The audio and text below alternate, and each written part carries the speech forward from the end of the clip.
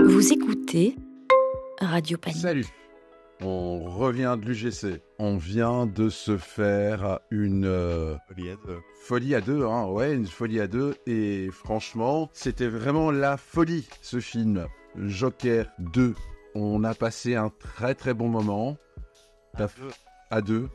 T'as failli t'endormir, je t'ai réveillé. J'ai failli m'endormir, tu m'as réveillé. Waouh, quel beau film. Il fallait se soutenir pendant les chansons quand même. Oui, il fallait vraiment se soutenir. Hein. Donc, ce Joker 2, parce que le premier était très bien. Excellent. Il était très bien. Je vais voir 2 fois au cinéma. Voilà, ah ben tu sais quoi, moi je lui retire son Oscar. Mais non, tu peux pas, voilà, il faut prendre les deux œuvres indépendamment l'une des autres, je pense. Enfin, elles sont indépendantes. Je pense qu'il faut voir dans cette suite un non-lieu. Voilà, ça n'a pas eu lieu, ça n'existe pas. Ça a été écrit sur le papier, ça a été mis sur les écrans, mais ça n'existe pas. La preuve, les salles sont vides. Par contre, il y a un truc qui est quand même assez intéressant. Allociné, le point presse lui donne quand même un 3 sur 5. Et les spectateurs lui donnent un 2,3 sur 5. Tout le monde est plutôt d'accord que ce film vaut un 5 sur 10. Et je pense que IMDb, c'est pas plus, ça me faut un 2, je crois, un truc comme ça. Et je pense, ouais, sincèrement, qu'il les vaut. Alors, qu'est-ce qui va sauver le film? On va quand même partir sur des points positifs avant de descendre le film, critique à chaud. Je dirais qu'il y avait vraiment des belles images et des beaux cadrages. Donc là-dessus, au niveau de l'esthétique, voilà, l'esthétique dans la prison, l'esthétique dans le tribunal, les changements de costumes et tout du Joker, et voilà, les maquillages. Les maquillages de Gaga, j'ai trouvé qu'ils étaient plutôt mal foutus, mais en tout cas ceux de Joaquin Phoenix, a.k.a. Arthur Fleck, The Joker, c'était pas mal, franchement, quand tu vois l'évolution et tout, c'est vraiment chouette. Mais le problème, c'est que ça s'arrête à peu près là. Voilà. Parce qu'en gros, l'histoire, c'est juste le procès d'Arthur Fleck, a.k.a. The Joker, et il n'y a rien de grandiloquent. Ce qui se passe pendant le procès, c'est chiant, il se passe rien en fait, même pendant le procès. Mais quand tu vois son incarcération, oui, il subit de plus en plus de violences policières, mais même ça, c'est même pas assez fort. T'as peut-être une scène un peu forte à un moment donné, mais il n'y a rien qui vole vraiment. Voilà, ça vole pas plus haut que ça. Ouais, je te dirais qu'il y a un peu excuse-moi, il y a quand même ce thème de la solitude aussi. Oui, beaucoup la solitude, voilà, oui, il y a le thème de la solitude qui est mis en face, mais où il se sent seul, mais il est quand même soutenu par des co-détenus et tout ça, il y a quand même une foule derrière lui, et quand il sait qu'il est soutenu, on va dire qu'il se réveille, mais il se réveille pas assez, tu vois. Je veux dire, à un moment donné, tu vois très bien quand il dit oui, dors, t'as ton émission télé et tout, des trucs duquel on l'a conservé pour pas qu'il prenne la grosse tête, justement. Quand il apprend ça, t'attends qu'il y ait un déclic chez lui. Tu t'attends vraiment à ce qu'il commence à devenir un peu plus le Joker et un peu moins Arthur Fleck, quoi. Sauf que voilà, non, en fait, il reste lui-même du début à la fin. Désolé pour le spoil, hein, mais ouais, le spoil, c'est critique à chaud. Ouais, c'est critique à chaud. Mais ça décolle pas plus que ça. Moi, c'est ça qui m'a déçu. Et alors, comédie musicale, on peut dire que ça dérange ou pas. Et j'aime pas Sweeney Todd. Alors qu'on peut défendre Sweeney Todd, mais là, ça ne raconte rien. Si c'est sur les planches, on est d'accord, on va le voir parce que on sait à quoi s'attendre. Il y a des films qui ont réussi, hein.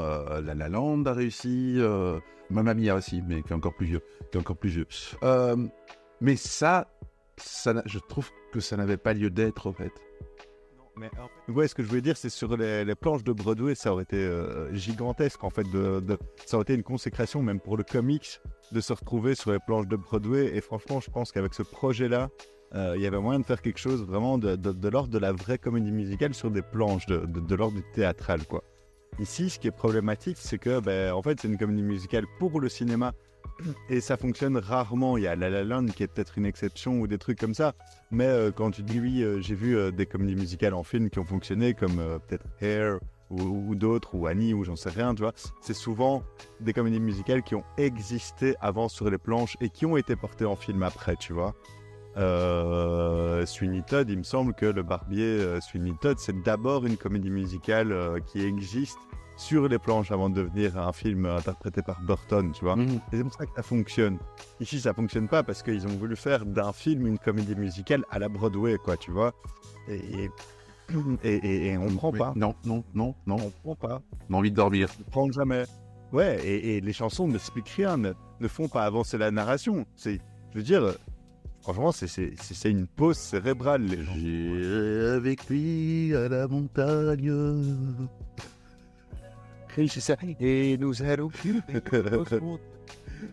sur la colline. Non, ouais, non, c'est vraiment... Et alors, j'allais dire, parce qu'il y a cette scène d'intro en animation qui est pas mal. Oui, mais on l'oublie au fait, finalement. Mais on finit par l'oublier, elle est trop longue, on l'a oublié. En fait, c'est une très très bonne accroche du film, c'est très très bien, et mais elle est trop longue, et parce qu'elle est trop longue, on finit par l'oublier en fait. Elle est pas assez percutante, elle est trop longue, il y avait des trucs qui me faisaient rire et tout, mais après c'est noyé dans cette comédie musicale mièvre et moisie, quoi. Et enfin aussi, ce que je dirais, à un moment, Lady Gaga, a.k.a. Harley Quinn, ou Lee, quoi? Oui, c'est... Lee Quinn. Lee Quinn, oui, c'est ça. En plus, il l'appelle Lee et pas Harley Quinn. Attends, parce que quand tu passes après Margot Robbie, faut que tu sois quand même à la hauteur, quoi. Oui. C'est pas parce que t'es une bonne chanteuse que t'es forcément une bonne actrice, hein. Et puis, petit astérisque, faut pas oublier qu'elle était au géant. Ouais, oui, non, faut pas oublier. Mais non, alors là, avec toi, dans American Horror Story, par exemple, elle a été assez bonne actrice. Eh ben, je l'ai pas vu. Je sais pas c'est quelle saison. Mais c'est la 5e, je pense. C'est dans l'hôtel. Okay. Il me semble que c'est la 5e. De mémoire, c'est la 5e. Bah écoute, je ne savais pas qu'elle était dans American Horror Story. Et là, elle tient bien son rôle, franchement, elle fait assez peur, enfin, elle tient son rôle, franchement, elle est bien dirigée. Donc je pense qu'il y a aussi une erreur de direction, parce que Joaquin Phoenix est mauvais aussi. Enfin, je veux dire, il est mauvais. Il tient le film sur ses épaules, c'est ça le problème, quoi. Et on lui en demande beaucoup trop, on lui demande de chanter, on lui demande de jouer, il a fait de l'acteur studio, il est devenu hyper maigre. De nouveau pour endosser de nouveau ce rôle-là. Donc lui, il prend tout dans la gueule. Tu m'étonnes qu'il y ait la moitié du budget du film qui soit passé dans son cachet. J'exagère, mais il a pris un gros cachet quand même. Mais voilà, non, on lui en demande beaucoup trop et du coup, il ne sait pas faire ce qu'il fait de mieux, c'est-à-dire endosser vraiment son personnage. On lui demande de chanter, c'est pas ce qu'il sait faire. Ça se sent, ça se voit à l'écran qu'il est mal à l'aise quand tu dois faire ça. Et il n'y a pas une chorégraphie de danse où il peut vraiment danser. Il reprend quelquefois ses gestes comme ça, mais c'est jamais convaincant, c'est jamais à fond, quoi, tu vois. On reprend la scène des escaliers à la fin, mais pour en faire que dalle. Et je veux dire, voilà, il y a plein de trucs qui m'ont dérangé. Et dans cette scène des escaliers, justement, je pense que c'est à ce moment-là que Lady Gaga dit quelque chose de très intéressant par rapport à ce Joker 2. Et je pense que le réalisateur savait ce qu'il faisait, vu qu'il a dit ça il a mis ça dans la bouche de Lady Gaga. Le Joker n'existe pas. Ah oui, juste. Elle le dit à la fin, tu vois. Et je pense que ça résume très bien ce film.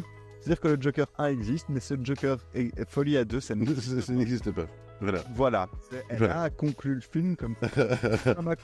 Ce sera ma conclusion là-dessus. Ce film n'existe pas. Enfin, on l'a vu, on passera à autre chose, quoi. Est-ce que ça veut dire qu'une fois de plus, Warner Bros. Discovery s'est laissé avoir par l'appât du gain? Aujourd'hui, je pense que toutes les industries, je pense que toutes les major compagnies des industries culturelles, en tout cas, se font avoir par l'appât du gain. Je pense aujourd'hui, que ce soit Warner ou d'autres, c'est flagrant. Bon. Moi, je commence à le sentir dans pas mal d'industries. Je pense que ce sont les industries indépendantes qui vont émerger, chose, hein. Vont émerger là dans les prochaines années parce que les gens commencent à en avoir ras-le-bol de ces majors qui nous servent du médiocre en fait. Parce que le film n'est pas mauvais en soi, et il vaut son 5 sur 10. Il vaut pas un 3 sur 10 parce que c'est pas mauvais. Je veux dire, Joaquin Phoenix joue bien, il y a des belles couleurs, il y a une belle mise en scène par moment, je veux dire, il y a des trucs qui fonctionnent. Il y a 2-3 blagues qui fonctionnent quand même. La finale fonctionnait bien. Ouais, la finale fonctionnait. Ouais. En fait, le problème du film, c'est que c'est un acte, c'est une exposition constante en fait. On expose on expose le procès de Arthur Fleck, donc du Joker. On aimerait bien rentrer finalement dans des trucs plus complexes. Et les seules scènes où ça apparaît brièvement à la fin, après l'explosion. Ah viens, on est toujours là, on te soutient, machin, bazar. Donc tu vois qu'il y a la société qui a continué à le suivre, mais c'est absent totalement du film, quoi. Et c'est le plus gros problème. Ils sont passés à côté du propos, quoi. Ils sont passés à côté du propos que les gens attendaient. Il y a aussi... Quoi. On attendait que Gotham brûle. Et là, c'est un procès. Ah ben non. 2 heures, c'est chiant. Je crois que j'ai compté 17 cigarettes, 17 placements de produits pour Marlboro, je pense. Oui, il y avait beaucoup de clopes. Ouais. Fume beaucoup dans le film, ça c'est indéniable. Si t'es fumeur et que tu veux arrêter de fumer, ne regarde pas le film. Voilà, ouais, c'est un petit peu galère. Mais allez, en lui-même, est-ce que ça en valait vraiment la peine qu'il fasse une suite ? Alors, est-ce que ça valait la peine de faire une suite ? Je pense que si ça avait été une suite utile, une suite réfléchie et une suite peut-être se raccrocher au DC Universe vraiment et faire quelque chose de pertinent. Ah mais ça c'est un Elseworld, hein ? Non, c'est un Elseworld celui-là. Hein. Oui, bien sûr. Mais ils auraient pu, parce que regarde, en plus, je sais pas si t'as bien capté la scène à la fin, on m'avait parlé de Ledger à la fin. Ouais, Ledger, machin, patati patata. Je l'avais pas compris. Et il y a un truc qui passe, c'est qu'à la fin, il a un costume plus mauve. Oui, ça j'ai... Plus épacé. Et tu commences à voir qu'il a des traits du Joker plus proches de Ledger. De Ledger, effectivement. Nicholson, tu vois, que Joker vraiment du 1. Donc tu vois déjà que dans les traits du Joker, au fur et à mesure du film, enfin, en tout cas, ces traits commencent à changer. Donc je fais ok, donc c'est lui qui serait en train de changer, etc. Et bon, quand il se passe quelque chose à la fin, est-ce que je spoil ? Ouais, on s'en branle du spoil ou pas ? Oh non, on va aller... Enfin, qu'est-ce qu'on dit ? Qu'est-ce qu'on fait ? Ouais, de toute façon, c'est critique à chaud et on va mettre attention spoiler. Attention spoil. Quand à la fin, il prend ses 5 coups de couteau où il met 10 minutes pour tomber après une chanson. Et c'est vrai, il chante avec des coups de couteau dans le bide. Hein.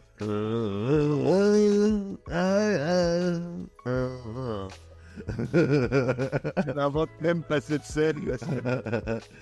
On en a à ce niveau-là de pathétique. T'imagines la mort de Marion Cotillard dans Dark Knight Rises en chantant avec une petite chance pour soi. Là, c'est ça. Là, je pense que en fait, en arrière-plan, en fond, donc le mec, il rigole et il est un peu fou. Et tu vois qu'il rigole de manière un peu folle.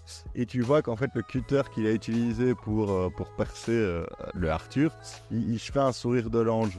Comme s'il allait endosser le rôle de Ledger. Donc, ils ont quand même essayé, à la fin, malgré qu'ils aient dit que le Joker n'existe pas, ils ont quand même essayé à la fin de raccrocher avec le Batman de Christopher Nolan. Ouais, que ça fasse canon, quoi. Ouais, et on peut dire que c'est de la merde.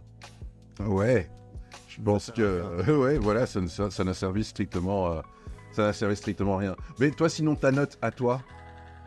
Je suis pas très fan de comédie musicale à la base. Comme je disais plus tôt, j'aime même pas trop Sweeney Todd, alors que c'est un beau film, hein, qu'il est bien foutu, mais les chansons, ça m'énerve. Il y a un acteur qui m'énerve. Enfin bon, bref.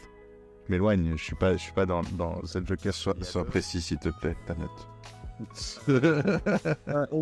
Moi, je vais lui mettre en note IMDb 4.2.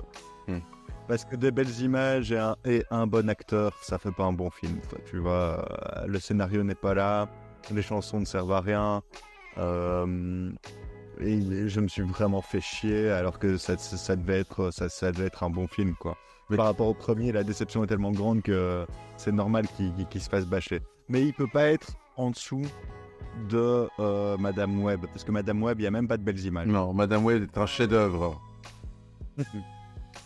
Là, je trouve que vraiment ceux qui l'ont mis en dessous de Madame Web, c'est méchant, mais je pense que c'est l'attente qui était trop grande, tu vois. Il y a une trop grande attente autour de ce film et les résultats sont là, quoi. Ouais. Mais c'est intéressant parce qu'il y a quand même Corentin Fermont qui a fait un petit post qui datait justement du 10 octobre. C'est ça, 10 octobre, bon, on est à un an près. Son deuxième film, c'était le Joker. Et il dit ceci: « Je ne surprendrai personne en disant que c'est un chef-d'œuvre. Une nouvelle origin story, loin de ce qui existe déjà, est totalement assumée avec génie. Plein de références au monde du Chevalier Noir, papier, animé et ciné. Le film confirme le talent de Phoenix. Un seul espoir pour la suite, qu'il n'en fasse pas. Ce film fonctionne à lui seul et ne nécessite aucune descendance qui risquerait de lui nuire. Oui, exactement, mais il avait raison et je l'avais lu ce truc et je vais pas te mentir, j'avais regardé pas mal de vidéos avant de regarder ce truc et regarde, notamment, il y a une grosse connerie dans ce film, c'est déjà Harley Quinn alors que Batman n'existe pas, déjà de 1, mais à la limite que ce soit, parce qu'il y a beaucoup d'interprétations qui disent oui, mais en fait elle n'existe pas vraiment, c'est une imagerie mentale, machin, etc. Il y a déjà plusieurs trucs qui le contredisent dans le film, notamment qu'elle apparaisse dans une coupure de journal. Déjà rien que ça me dérange, mais bon. Ouais. Donc Batman ne devrait pas exister après Harley Quinn. Il existe avant Harley Quinn. Harley Quinn rencontre le Joker après que le Joker commence déjà son combat contre Batman, déjà de 1. Et donc quand Harvey Dent, celui qui est censé être double face, Ah bah oui, est déjà procureur et parle déjà dans le film en tant qu'adulte, accompli, alors que Bruce Wayne, quand on a vu dans Joker 1, au moment des faits, il doit avoir à peine 8 ans, 10 ans maximum. Au niveau des stats, pas. Ah non, déjà ça, pas possible. Rien que sur le lore, sur 3 détails, ne mettez pas tellement. T'aurais mis un autre procureur, voilà. T'aurais mis Gordon jeune, t'aurais mis Gordon flic jeune à un moment donné, tu vois, mais jeune, Là, ça aurait été cohérent, tu vois. Il y aurait eu des trucs cohérents à faire. Mais nous, ils ont chié sur les propres trucs qu'ils ont mis en place dans le 1, dans le premier Joker, et sur le lore qui existe de Batman. Ils ont vraiment chié sur tout, quoi, tu vois. Et je suis désolé, ben oui, quand tu chies sur tout, ben oui, tu mérites. Et voilà. Du médiocre, on n'en veut plus. On veut plus du médiocre. Et ça, c'est difficile. Oui, mais on n'en veut plus. Et je te dis, l'éloge du médiocre, enfin l'éloge ou la contre-éloge du médiocre, l'empire du médiocre peut-être, parce que c'est là qu'on est. C'est plus l'empire du milieu, quoi, tu vois. C'est l'empire du médiocre dans lequel on est. Ouais, c'est affreux, quoi. Aujourd'hui, dès qu'il y a un film qui dépasse le médiocre, c'est devenu un bon film. Nos attentes sont devenues tellement basses qu'il nous chie à la gueule et qu'on est censé dire merci, quoi. Quand on voit ça et le prix qu'a coûté ce film, c'est vraiment le ressenti que j'ai, quoi, tu vois. On nous chie à la gueule et on doit encore dire merci. Eh oui. Arrêtez de vendre vos films à perte. Parce que là, vous faites des pertes avec les profits que vous avez fait sur d'autres trucs. Vous surpayez des comédiens, vous surpayez des postes pour nous produire de la merde. Et puis vous allez être en déficit et vous allez fermer. Et vous allez vous en étonner. Le pire, c'est qu'après, vous allez faire... Le consommateur est devenu exigeant. Non, on a toujours eu les mêmes exigences. C'est vous qui faites de la merde. Sans déconner. Et je parle du cinéma, du jeu vidéo et de pas mal de trucs. Ouais. Mais je pense que c'était pas mal pour ce petit coup de gueule à chaud. Je pense que dans ces 20 minutes, les gens en savent déjà pas mal. Donc, est-ce qu'on vous recommande ce film ? Oui, allez le voir. Faites-vous votre propre avis. En VOD, que vous payez juste la plateforme, quoi. Que vous soyez... voilà. Ouais, voilà. Ben, le connard, merci en tout cas. Il a fait très chaud sur la fin. C'était la critique à chaud. Spécial Joker, folie à 2. Allez, on se revoit de toute façon cette semaine, je crois. Ouais, et puis de toute façon, restez connards, mais modérément. Allez, ciao, salut. Vous écoutez Radio Panique.